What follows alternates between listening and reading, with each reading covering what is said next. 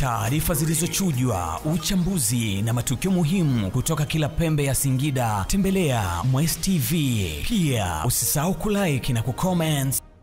Polisi mkoa wa Singida linakanusha taarifa zinazosambaa kuwa limemkamata na kumshikilia Sheikh Zuberi Nkoko mwenye umri wa miaka 53, mwalimu wa dini ya Kiislamu kutoka taasisi ya Islamic Foundation ambaye aliripotiwa kupotea Juni 2, 2025 majira ya saa 5:30 usiku akiwa karibu na sheli ya Lake Oil iliyopo mtaa wa Misuna, manispaa ya Singida. Jeshi la polisi Singida linaendelea kufanya uchunguzi wa kubaini mahali alipo mtu huyo ili kujua kama amekamatwa au ameshikiliwa, mhusika ni nani na sababu za kushikiliwa kwake.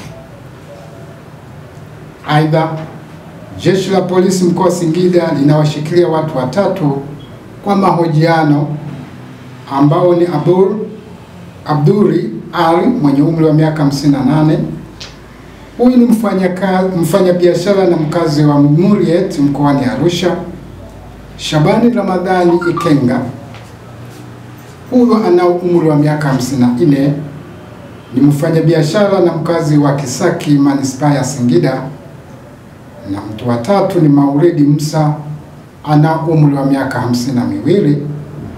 Huyu pia ni mfanyabiashara na mkazi wa Muriet mkoani Arusha. Jeshi la polisi mkoa wa Singida linawataka wananchi kupuuza taarifa za uzushi na za uongo zinazoenezwa kwa nia ya kuleta taharuki kwa jamii, na badala yake watoe ushirikiano kwa jeshi la polisi ili kubaini wapi alipo kiongozi huyo wa dini. Taarifa zilizochujwa, uchambuzi na matukio muhimu kutoka kila pembe ya Singida. Tembelea Mwes TV. Pia usisahau kulike na kucomment.